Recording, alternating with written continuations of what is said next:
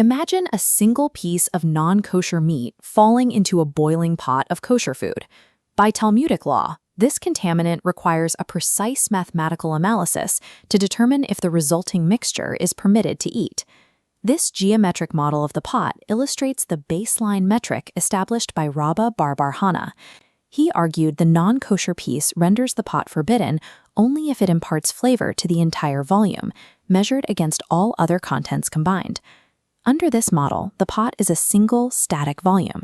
As long as the total kosher contents are 60 times larger than the contaminant, dilution is a global mathematical inevitability. But the sage Rav firmly disagreed with this baseline ruling. He argued that assessing the pot as one massive static volume is legally insufficient. Instead, Rav zooms in on the localized mechanics of flavor transfer.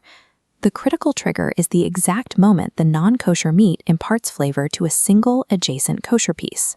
Instantly, this second piece becomes intrinsically non-kosher, inheriting the exact legal identity of the original contaminant. Rav's rule describes a chain reaction, where a single point of contact spreads forbidden status through the rest of the mixture. This state change turns the second piece into an active vector, carrying the forbidden flavor to its neighbors. This mechanism relies on a specific Talmudic principle. Forbidden food cannot be nullified by permitted food of its exact same type. Looking back at the diagram, the newly forbidden piece of meat is now surrounded exclusively by other pieces of meat, its exact same type. This creates a mathematical deadlock. Because the surrounding environment consists of the identical substance, standard nullification ratios are entirely blocked. The newly forbidden piece now possesses the legal power to bypass nullification, rendering the next adjacent piece forbidden and then the next, until it reaches every piece in the pot. The same type rule turns localized flavor transfer into systemic failure of the entire mixture. But this stringent mechanic introduces a severe logical paradox, one raised by the scholar Rav Safra. If food of the same type cannot nullify forbidden food, the entire matrix of kosher meat should turn non-kosher at t=0, the exact moment the original piece drops in. Why does Rav require the non-kosher meat to successfully impart flavor first, if its mere presence among its same type should theoretically condemn the pot? A sage named Abaye resolved this paradox by introducing two new variables into the calculation: sequence and extraction. Abaye argued Rav's ruling applies to a specific sequence.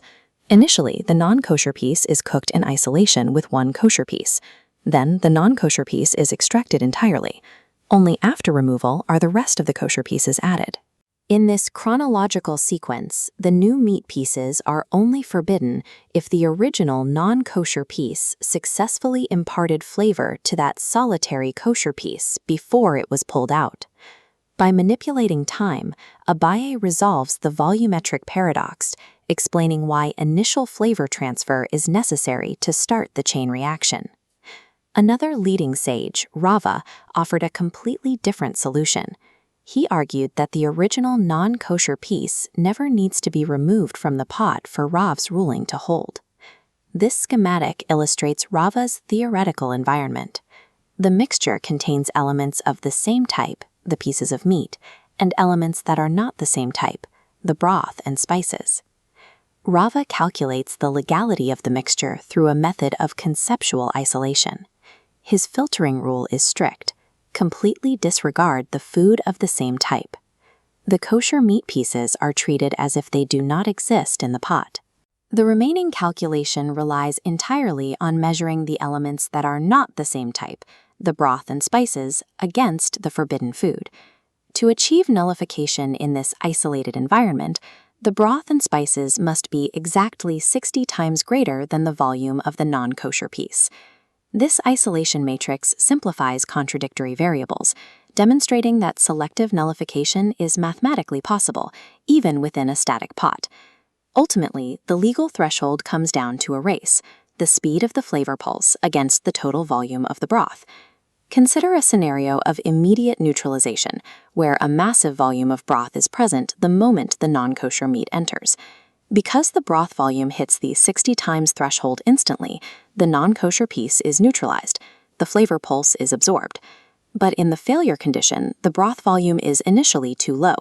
the pulse successfully hits a second piece before reaching the required volume. In these complex mixtures, standard volume alone is insufficient.